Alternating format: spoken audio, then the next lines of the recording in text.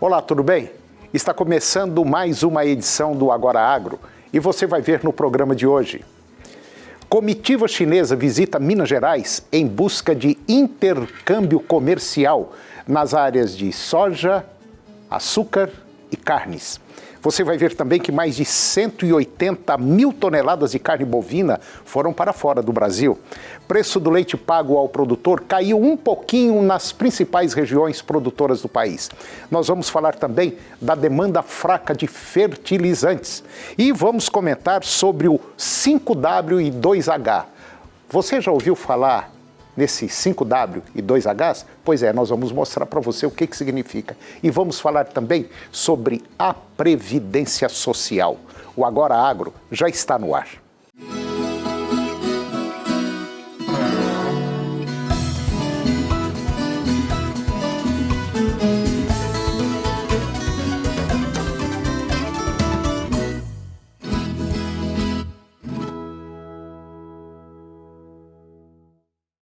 Uma comitiva chinesa formada por representantes do setor agropecuário da província de Shandong foi recebida agora em Minas Gerais pela secretária da Agricultura, Ana Valentini, na semana passada. E o objetivo dessa visita foi conhecer a produção de alguns produtos produzidos no estado de Minas Gerais, que é um dos grandes produtores do país. Por exemplo, como soja, açúcar e carnes. Nos últimos 10 anos, a China saiu do 7º para o 1º lugar no ranking de países importadores de produtos do agronegócio mineiro. Dos 7,9 bilhões de dólares exportados em 2018, 1,9 bi, o que representa 24% da participação de mercado, foram para países asiáticos. No acumulado deste ano, de janeiro a outubro, as exportações registraram 1 bilhão 570 milhões de dólares. No comparativo de 2018 com 2019, houve um incremento nas exportações de carne bovina, em torno de 18%, frango 74%, açúcar 166% e couro bovino 71%. Todos esses incrementos foram para a China. Minas Gerais é o maior produtor de café do Brasil, respondendo por 52% da produção nacional. E deve agora também o café entrar na cesta de produtos para exportação para a China. Um dos gargalos da China é o elevado custo de produção. Só para você ter uma ideia, a produção de carne de frango lá na China é 30% mais caro do que aqui no Brasil. Resumindo, falta matéria-prima para a fabricação de ração, como milho e outros cereais.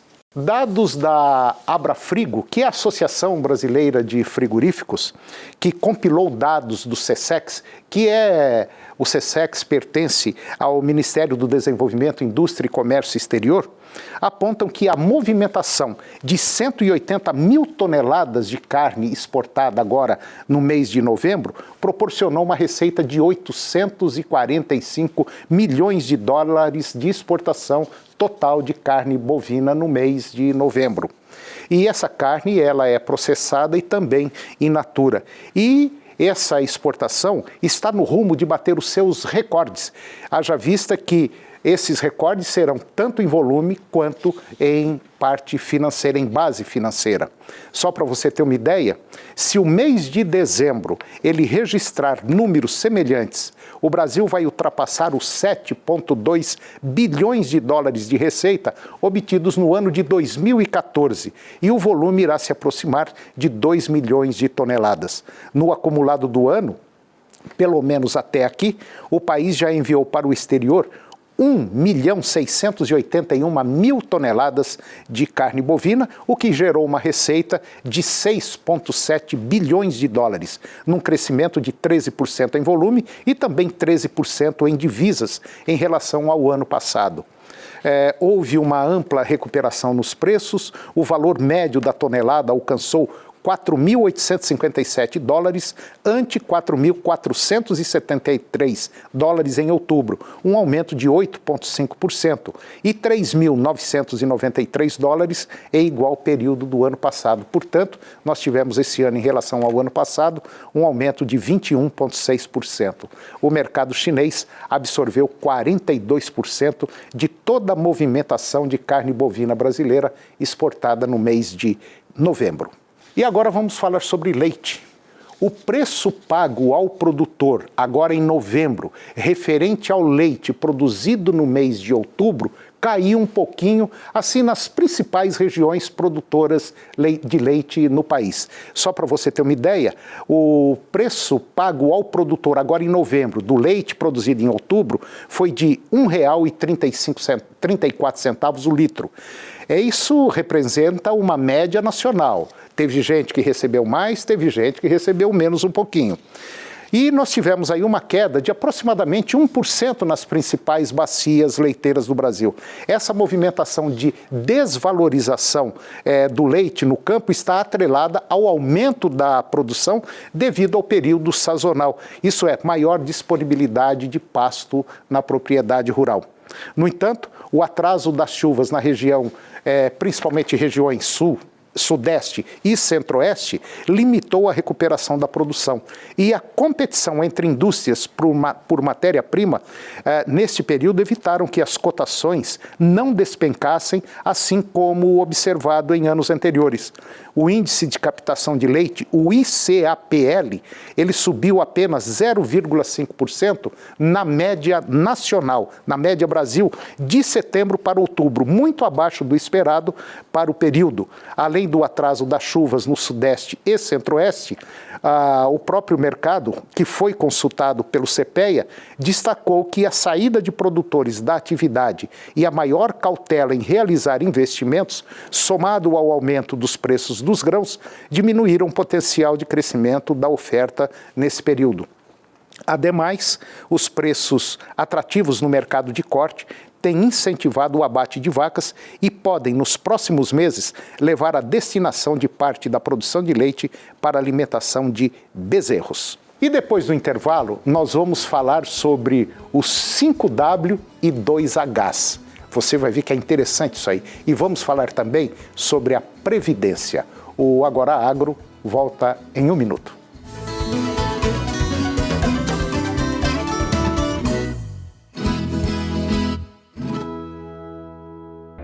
No portal Pai Eterno, você tem acesso ao conteúdo oficial do Santuário Basílica de Trindade.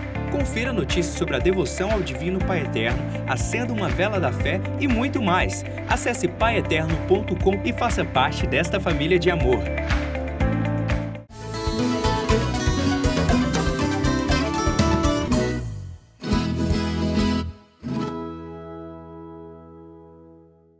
Eu vou conversar agora com a doutora Adriana Ferreira. Ela é mestre em desenvolvimento humano e ela é consultora em família e sucessões. E nós vamos falar sobre um tema muito interessante. Nós vamos falar sobre 5W e 2Hs. Parece um negócio meio de maluco, né? Mas não é não. É um negócio que te ajuda muito a fazer planejamento, a fazer gestão, a sair de algumas enroscadas e resolver o problema da melhor maneira possível. É mais ou menos por aí? É isso mesmo. Muito obrigado pela sua presença mais uma vez no nosso programa. Eu tenho certeza absoluta que vai ser um tema que você vai adorar. Me explica o que é o 5W2Hs. Antônio, ela é uma ferramenta de organização que você pode usar. Pega um papel de pão, ou o computador, não importa. Você faz uma tabelinha e escreve quem, como, quando, onde, quanto custa. É uma ferramenta para você organizar e planejar. E assim, estamos no final do ano, né? E é muito comum na passagem de ano, todo mundo solta foguete, abraça, veste de branco, né? Eu vou pôr uma meia tal, aqueles negócios todos que você já conhece. Ano que vem eu emagreço. Engorda mais. aí. Não é mais ou menos por aí? É mais ou menos por aí. Então. Ou então fala, olha, eu tenho uma meta na empresa, eu tenho uma meta em casa, eu vou comprar minha casa, eu vou comprar meu carro, ou juntos nós vamos viajar. Ou seja, é uma ferramenta que você vai utilizar na sua casa, para organizar a sua casa, como vai utilizar na empresa. E é uma ferramenta simples. As pessoas acham muito simples 5W2Hs. E eu só tenho uma pergunta, você usa? E esse 5W2H, ela já falou o que é. É o seguinte, são perguntas que nós fazemos para nós mesmos. As perguntas são: quem? Como? Quanto custa? O quê? Por quê? Onde e quando? Aí você fala, mas o que tem que ver com H, com W? É que, na verdade, nós já fizemos a tradução. Isso aqui, na verdade, Sim. é em inglês. Quem é who, é H. Como é how, H. Quanto custa, how much? Quanto custa, o quê, what. É what, né? É. Ainda estou bom de inglês, viu? Por quê, why. Onde, where. Quanto, quando, when. Então, todas essas perguntas, na verdade, são 7 perguntinhas, elas são fundamentais na vida da gente. Por quê, quando, como, sabe? Não é só pegar, eu vou fazer. Não é desse jeito. Faça essas perguntas que a coisa vai dar muito certo. É. O que você vai fazer? Por exemplo, qual a sua próxima meta para 2020? O que você vai fazer? Aí vem a segunda pergunta, que geralmente é onde as pessoas ficam mais inseguras. Por que você vai fazer isso? Se a sua resposta foi porque alguém quer, pare para pensar nesse o que você vai fazer. Porque nós temos que procurar fazer aquilo que realmente nós desejamos muito. Então, eu vou fazer um curso porque meu pai quer. Ok, mas esse curso vai trazer para você a sua satisfação, a sua realização. Aquilo que você quer. Aquilo que você deseja para a sua vida. Então, a pergunta por quê, ela é essencial. E aí vem uma pergunta que é para fazer você realmente pensar se você deseja isso, né? Que é: quando você vai fazer? As pessoas geralmente conseguem cumprir as suas metas quando elas escrevem. Quando, o dia, a hora, o mês em que elas farão aquela atividade. Elas geralmente cumprem. Então, assim, quando é essencial. Depois, como você vai fazer? E aí o como, Toninho, tem um aspecto muito interessante. Quando nós estamos na convivência familiar, eu não posso pegar uma meta e falar, eu vou fazer. Eu tenho que sentar com as pessoas, eu tenho que combinar a execução da meta com as pessoas. Eu vou fazer um curso. Se você é dona de casa, você vai ter que conversar com todo mundo, porque quem vai olhar os filhos? Se você é empresário, como você vai desenvolver a meta que você quer? Você vai ter que conversar com a equipe. Então, o como é essencial. E quanto mais nós detalhamos o como, mais fácil fica o cumprimento da meta. E depois a gente tem o quê? Quem vai fazer? Não, sou eu. Não, não é só você. Você tem a participação de muitas outras pessoas. Então, você tem que colocar quem são as pessoas envolvidas no cumprimento da meta. E quanto custa? Ah, não custa nada, porque sou eu que vou fazer. Custa tempo. Qual o valor do seu tempo? Quanto custa seu tempo? Quanto custa seu tempo? E essa é uma conta que as pessoas não fazem. Depois elas não conseguem cumprir a meta e não sabem por quê. Você tem. Quanto custa? Você ficar sentado na frente de um livro. Quanto custa você dirigir 1h30 para ir para a escola? Tudo isso tem um valor. Seu valor. Tem seu valor. É verdade. Quanto custa para o empresário, às vezes, ele parar para fazer uma reunião? Tudo isso, se for bem planejado, você consegue cumprir suas metas para 2020. E tem um fato interessante nesse processo todo, que a tranquilidade custa muito dinheiro. Quando você está tranquilo, não é verdade? É verdade. Não, eu vou fazer isso, eu vou fazer aquilo, vou fazer aquilo. No fim, você acaba não fazendo nada. É igual o pato. O pato não nada direito, não anda direito e não voa direito. Porque ele faz 3 coisas ao mesmo tempo. E tem gente que faz 2, 3 coisas ao mesmo tempo e também não funciona. E tem um detalhe muito interessante nisso aí tudo, que você tem que observar. Não atua com o coração não, hein? É com isso aqui, ó. É com a razão. porque quem vai produzir, quem vai trabalhar, quem vai fazer tudo é você. Então você toma muito cuidado para ver se o seu caminhãozinho suporta a carga. Sim, e se você fizer esse planejamento, eu tenho certeza que você consegue cumprir as metas que você quer. Como você vai viver muitos anos e você quer tudo, faça anualmente o que você deseja, por etapas. Por etapa. Aí a coisa funciona. Doutora Adriana, me dá um telefone que alguém poderia, ou se que alguém quiser pedir alguma informação, liga para ela. Eu sei que é 62... 999 76 10 27 62 9976 10 27. Liga para a doutora Adriana, peça alguma informação, tire dúvidas, ok? Estou à disposição. Obrigada. Obrigado. E daqui a pouco, depois do intervalo, nós vamos falar sobre previdência, um tema interessante. É um minuto só.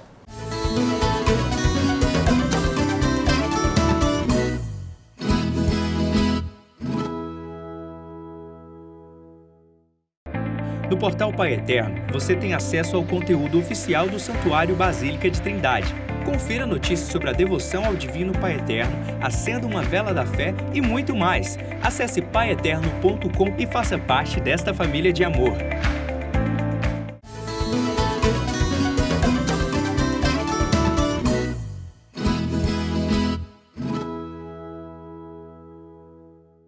Eu vou conversar agora com Márcio Antônio Ribeiro. O Márcio, ele é economista e também é diretor de uma faculdade, a FAC+.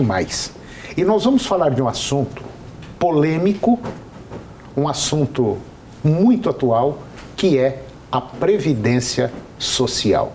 Márcio, mais uma vez, muito obrigado por ter aceito mais uma vez o convite para aparecer aqui no nosso programa, para falar de um tema muito atual e muito interessante, a Previdência. O negócio é o seguinte: vai ser complicado para o país sair da Previdência do jeito que está. Foi modificado algumas coisas, mas é no máximo 3 a 5 anos nós poderemos ter problemas muito sérios. A Previdência não se paga mais, né, Márcio? Não se paga, Toninho. O nosso modelo de Previdência foi concebido ainda na década de 60, né?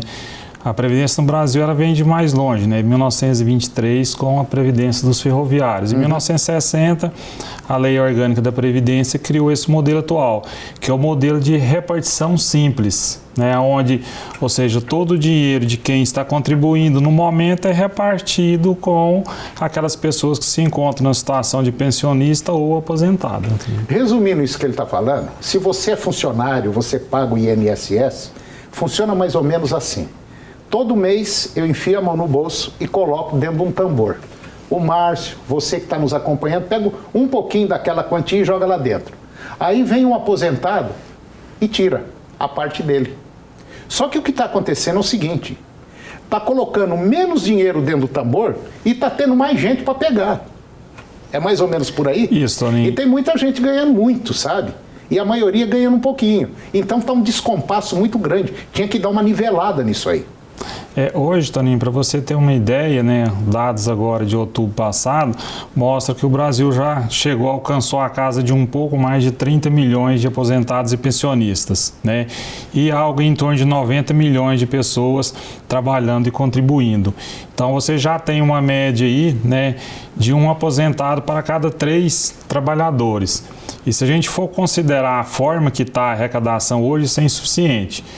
Porque o modelo que foi criado, que é o de repartição simples, na década de 60, né, naquele momento era uma quantidade maior de pessoas ingressando, né, como trabalhadores, e uma quantidade menor de pessoas começando a ingressar como aposentados. Então a conta fechava naquele momento. E tem muita gente que não está aceitando essa mudança na Previdência, porque ganha aí seus 12, 15, 30, 40 mil reais por mês. Então não pode mexer. Se mexer dá problema.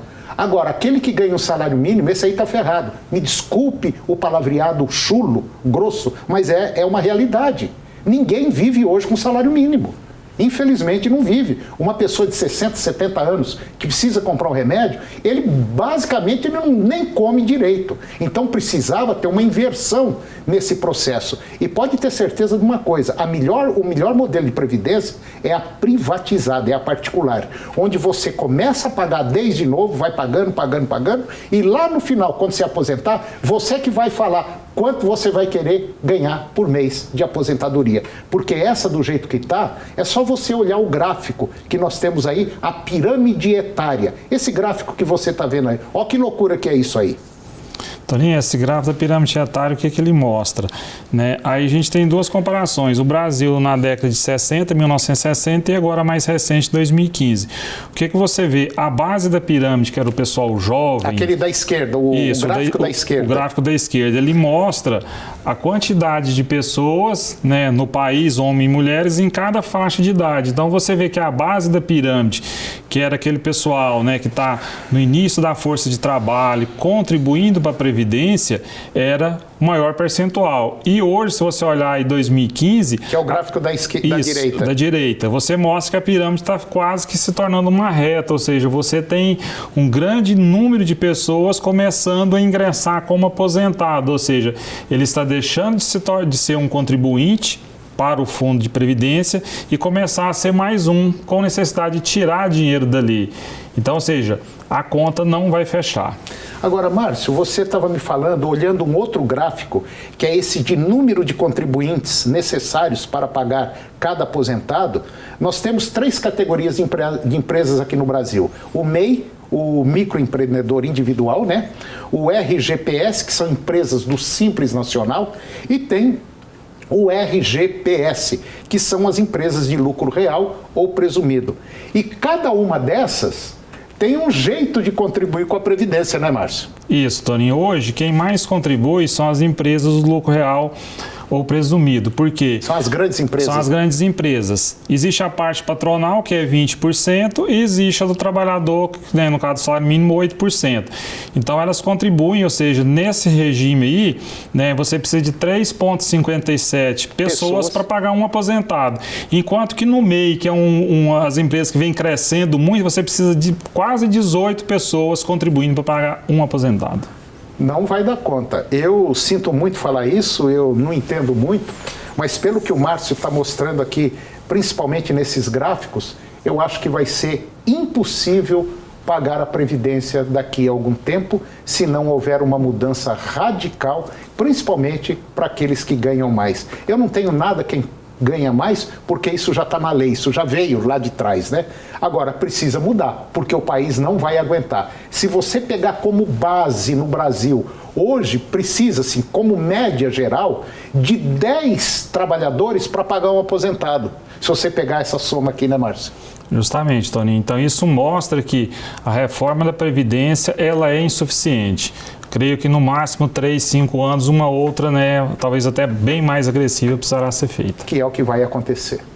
Pois é, Márcio, está aí um tema muito interessante, preocupante, e muita gente está louco para aposentar, para pegar ainda a faixa antiga, né? Justamente, Toninho. Márcio, mais uma vez, muito obrigado pela sua participação no nosso programa, muito obrigado mesmo, e até o próximo. Sempre à disposição para contribuir. Tá ok, Márcio, obrigado. E o nosso programa chegou ao fim. E eu termino com a seguinte frase. Se eu tivesse somente 8 horas para cortar uma árvore, eu gastaria 6 horas afiando o meu machado. Um grande abraço, muito obrigado, que Deus nos abençoe e até o próximo programa.